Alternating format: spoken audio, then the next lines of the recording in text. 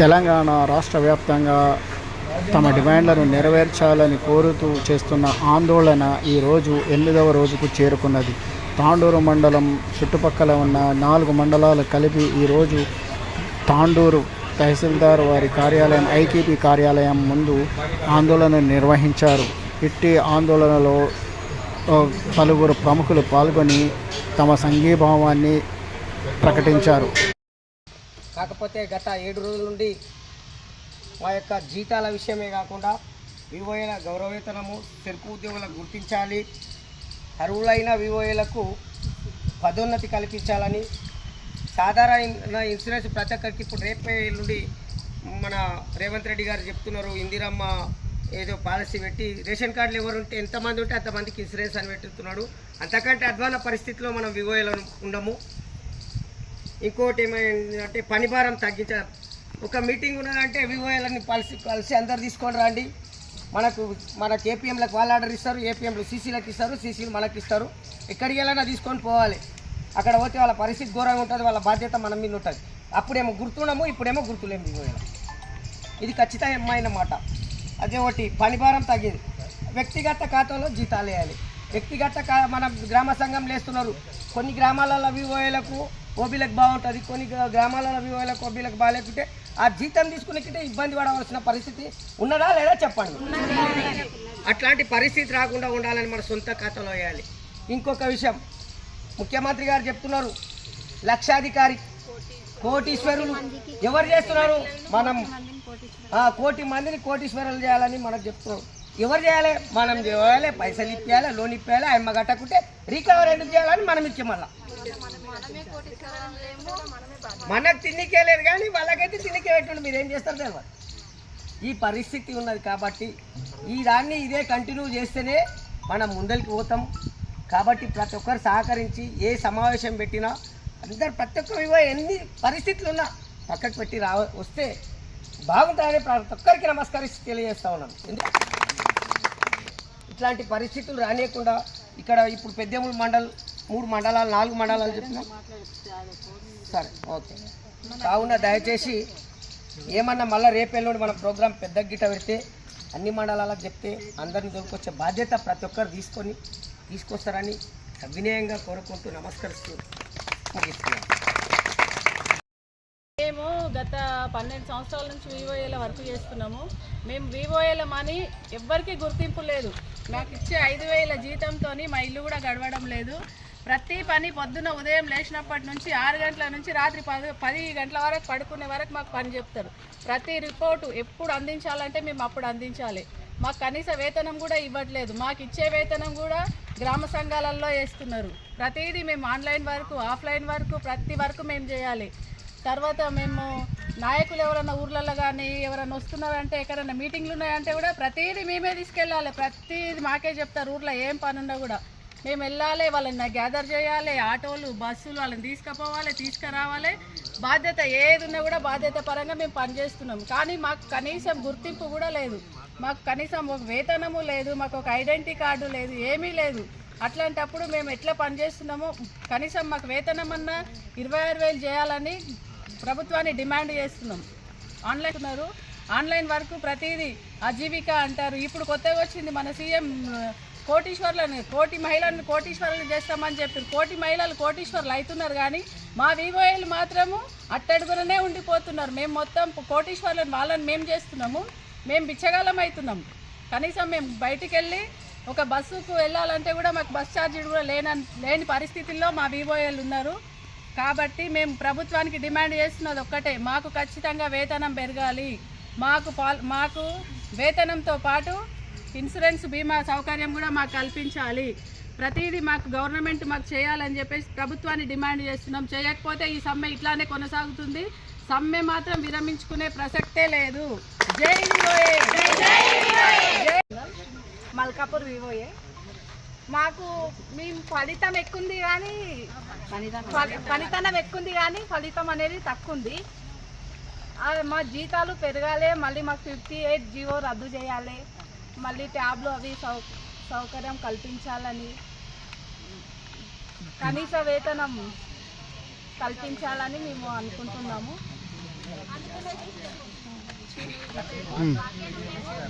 వివోఏలకు అసలు మన సభ్యురాలకు ఉన్న ఇన్సూరెన్స్ కూడా మాకు వివోఏలకు లేదు. సభ్యురాలకు ఉంది కానీ మా వివోఏలకు కూడా ఇన్సూరెన్స్ కల్పించాలని మేము అనుకుంటున్నాము.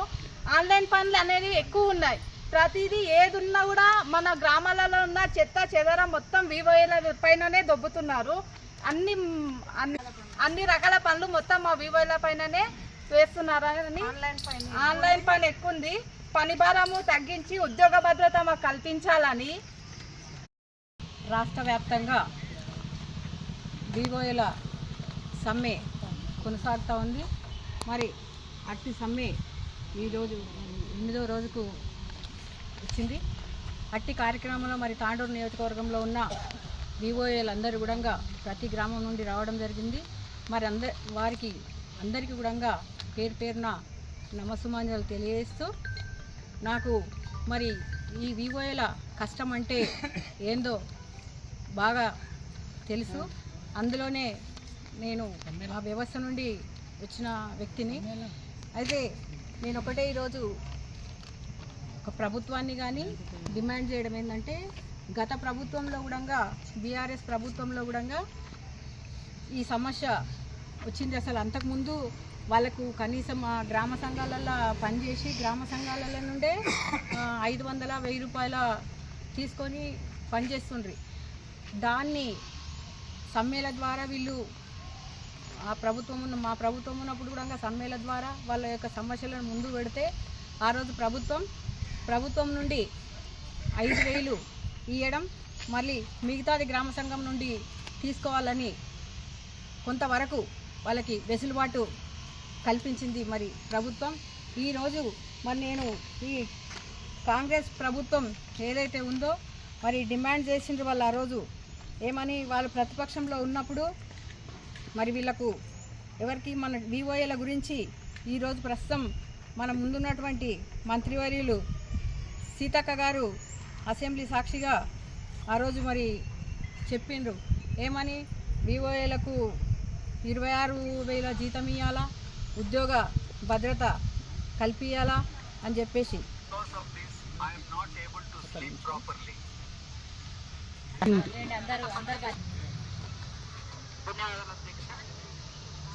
తెలంగాణ రాష్ట్రంలోని ఐకేపీ వివోఏ ఉద్యోగాలకు సంబంధించి సార్ గత 18 సంవత్సరాలుగా వాళ్ళు ఉద్యోగాలు చేస్తారు సార్. మన గ్రామ మహిళా సంఘాలను బలోపేతం చేయడం కోసము, సమన్వయం చేయడం కోసం. కానీ వాళ్ళకి ఇస్తున్నటువంటి కనీస వేతనం 3,900 మాత్రమే. కాబట్టి పెరుగుతున్నటువంటి నిత్యావసర వస్తువులు, జీవన ప్రమాణాలకు అనుగుణంగా వారు అడుగుతున్నది వివోఏలు మరి 26,000 రూపాయలు నెలవారీ జీతంగా ఇవ్వాలని, అదేవిధంగా సెర్పు ఉద్యోగులుగా గుర్తించాలని, ఉద్యోగ భద్రత కల్పించాలని కోరుతా ఉన్నారు. మరి గ్రామాలలో మహిళా సంఘాలను బలోపేతం చేస్తూ ఆర్థికంగా, సామాజికంగా మహిళలు ముందుకు రావడం కోసం మరి వివోఏలు మరి ఎంతో కృషి చేస్తున్న సందర్భంగా వారికి ఖచ్చితంగా ప్రభుత్వము ఉద్యోగ భద్రత, అదేవిధంగా మరి జీవిత బీమా, మరి కనీస వేతనాలు పెంచాలని కోరుకుంటా ఉన్నాం సార్. అదేవిధంగా గ్రామ పంచాయతీ ఉద్యోగులు కూడా, ఇది కూడా మా దయను. ఈ విధంగా మరి మంత్రి సీతక్క గారు పంచాయతీరాజ్ మరి శాఖ మంత్రి ప్రస్తుతం ఉన్నారు. మరి ప్రతిపక్షంలో ఉన్నప్పుడు తను అసెంబ్లీలో వీళ్ళకి న్యాయం చేయాలని చెప్పేసి గలమెత్తిండ్రు. దానికి అనుగుణంగానే ఆ రోజు వాళ్ళ 3,900 తీసేసి 5,000కు సవరించి కొంత గ్రామ సంఘం నుంచి కల్పించి వాళ్ళకు కొంత వెసులుబాటు కల్పించే విధంగా మరి బీఆర్ఎస్ ప్రభుత్వం ప్రయత్నం చేసి వాళ్ళకి సహకరించింది. మరి ఈరోజు ప్రభుత్వం వచ్చి 2.5 సంవత్సరాలు అయింది. ఈ విధంగా తన నోటి నుండి ఆడిన మాటలు ఆ రోజు తను మరి పంచాయతీరాజ్ శాఖ మంత్రి అయితరా కారా అని తనకు ఊహకు అందని విషయమేమో. మరి ఈరోజు ఈ యొక్క మాటలు ఏవైతే ఉన్నాయో నిజం చేసే స్థాయిలో ఈరోజు తను కూర్చున్నారు. కాబట్టి ఈరోజు మన శాఖకు ఉన్నారు కాబట్టి ఈరోజైనా తను ఈ యొక్క వీడియోను మళ్ళీ తను రిపీట్ చేసుకొని ఈ తెలంగాణ రాష్ట్ర వ్యాప్తంగా వివోఏలు ఏదైతే సమ్మె చేస్తుండ్రో ఆ సమ్మెకు ఖచ్చితంగా తను న్యాయం చేయాలి, వీళ్ళ యొక్క సమస్యలను పరిష్కరించాలి అన్న ప్రతిదీ వాళ్ళు చెప్తున్నట్టు ఇంతకుముందు అందరు వివోఏలు చెప్పిండ్రు. వెట్టి చాకిరి మామూలు కాదు అసలు. ఏ ఒక్క చిన్నగా అసలు ఒక ర్యాలీ కానీ, ఒక చిన్న ప్రోగ్రాం కానీ, ఒక పచ్చదనం పరిశుభ్రత అననియండి, లేకపోతే పారిశుద్ధం అననియండి, లేకపోతే స్కూళ్ళు రీఓపెనింగ్ చేసే బడిబాట కార్యక్రమాలు అనియండి, ప్రతి ఒక్కటి ఫోన్ చేసి తీసుకురండి అమ్మా మీ మహిళలను మీటింగ్ చేద్దాం అని చెప్పేసి ప్రతి ఒక్కటి కూడా మరి మెసేజ్ వాళ్ళకి ఇస్తూ ఉన్నాము. మరి వాళ్ళని ఈరోజు ఈ విధంగా కనీస వేతనాలు కూడా వాళ్ళు ఈరోజు 26,000 తన నోటి నుండి వచ్చింది, కానీ కనీసం 20,000 అన్నా చేసి మాకు భద్రత కల్పించాలని కోరుకుంటున్నారు. దీనినన్నా మీరు న్యాయంగా ఆలోచించి వాళ్ళకి సహకరించాలి. లేని పక్షంలో ఈ సమ్మె ఇదే విధంగా కొనసాగుతుంది. అదేవిధంగా నేనొక్కటే మీ BOL అందరినీ కూడా ఒకటే విజ్ఞప్తి చేస్తూ ఉన్నా. మీరు మొన్న చూసిండ్రు ఏది మన బస్సు ఆర్టీసీ వాళ్ళు చేసిన సమ్మె చూసిండ్రు. సమ్మె చూసి వాళ్ళ సమ్మెకు వాళ్ళందరూ ఒక ఐక్యతతో ఉంటే దిగి వచ్చి ప్రభుత్వం వాళ్ళకు సానుకూలంగా స్పందించింది. మీరు కూడా అదే విధంగా ఉండండి. మీతో పాటు మేము అందరం ఉంటాం. ఖచ్చితంగా భవిష్యత్తు అనేదానికి కూడా పిలుపునిద్దాం. మీ అందరితో పాటు మేము వెన్నంటి ఉంటాం. ఎక్కడ కూడా ఎవ్వరు కూడా అధైర్యపడొద్దు. ఇంకొకటి చిన్న చితగా అఘాయిత్యాలు కానీ ఎటువంటివి కానీ కూడా మనం పాల్పడొద్దు. మనం న్యాయంగా పనిచేస్తున్నాం. రాత్రి మొదలు మీరు కష్టం చేస్తున్నాం. మీ అందరికీ తెలుసు, అది అందరి ఆత్మసాక్షికి తెలుసు. అరే వీళ్ళు కష్టం చేస్తుండ్రు, వీళ్ళకు ఇది లేదని అందరు ఏమనుకుంటున్నారంటే, మీరు అందరు గ్రామాలలో ఇంత రిస్క్ తీసుకొని పనిచేస్తుంటే ఏమనుకుంటున్నారంటే ఎంతగానో జీతం వస్తుందో, వీళ్ళకి ఎంతగానో ఆమ్దాన్ ఉందో, వీళ్ళు ఊరికేనే చేస్తారా అన్నట్టుంది. ఇవన్నీ కూడా అనుభవించేటోళ్ళకే తెలుసు. మీరు అందరు బాగా అనుభవిస్తుండ్రు కాబట్టి వాటిని అన్నిటిని కూడా మీరు ఎక్కడ కూడా ఆత్మస్థైర్యం కోల్పోకుండా గట్టిగా ఆత్మవిశ్వాసంతో మీ యొక్క న్యాయం కోసం మీ పోరాటం మీరు గట్టిగా చేయండి. మీకు పూర్తి మా మద్దతు ఉంటుంది. ఏం దాకైనా కూడా మేము వస్తాం. మన అందరికీ తెలుసు. ఇంకోటి, గతంలో మనం తెలంగాణ ఉద్యమంలో కూడా ఎక్కడ కూడా సకల జనుల సమ్మె చేస్తే ఎక్కడ కూడా ఒక అడుగు వెనకకేయకుండా కూడా మన సెర్పు సంస్థ కానీ మన అందరం కూడా గట్టిగా పనిచేసినాం, ఎదురొడ్డి నిలబడ్డాం. ఈరోజు కూడా ఈ యొక్క ఏవైతే మీ యొక్క సమస్యలు ఏవి ఉన్నాయో ఈ సమస్యల కోసం పోరాటం స్టార్ట్ చేసిండ్రు. ఆ పోరాటంలో కొంతవరకనే న్యాయం చేసే వరకు, ప్రభుత్వం దిగొచ్చేంత వరకు కూడా మీరు చేయండి. మీతో పాటు మేము వెన్నంటి ఉంటాం, మీకు సపోర్ట్ ఇస్తాం. మీ వెంబడి ఏం దాకైనా వస్తామని తెలియజేసుకుంటూ, అదేవిధంగా మీరు ఎక్కడ కూడా అంటే ఇంకోటి, మన మహిళలను కూడా ఎక్కడ కూడా మీరు ఇబ్బందులకు గురి చేసే విధంగా ఉండకండి. వాళ్ళ పనులు వాళ్ళు చేసుకుంటామంటే చేసుకొనివ్వండి, కానీ ప్రభుత్వాన్ని మాత్రం గట్టిగా నిలదీయండి. కనీసం మీకు ఇప్పుడు మీరు ఇంత పెట్టినా ఇంకా కొంచెమన్నా మీకు ఆసరా అయితే మీ కుటుంబాలు కానీ ఈరోజు ఇన్సూరెన్స్ కానీ ప్రతి ఒక్కటి కానీ మీకు వర్తించాల్సిందే. ఈరోజు రేపు పరిస్థితులు బాగలేవు. మనం ఒక అడుగు ఎక్కడ పోయేసి ఎక్కడ ఇదవుతామో మనకు ఎప్పుడు ఏమవుతుందో కూడా తెలియదు.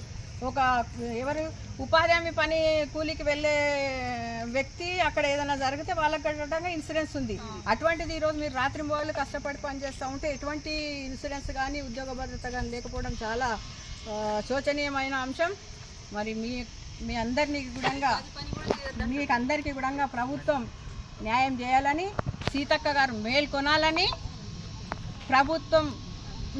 ప్రభుత్వంతో ముఖ్యమంత్రి గారితో తను ఈ యొక్క సమస్యలను మాట్లాడి వీళ్ళకి న్యాయం చేయాలని మంత్రి గారిని డిమాండ్ చేస్తూ విరమిస్తున్నాను.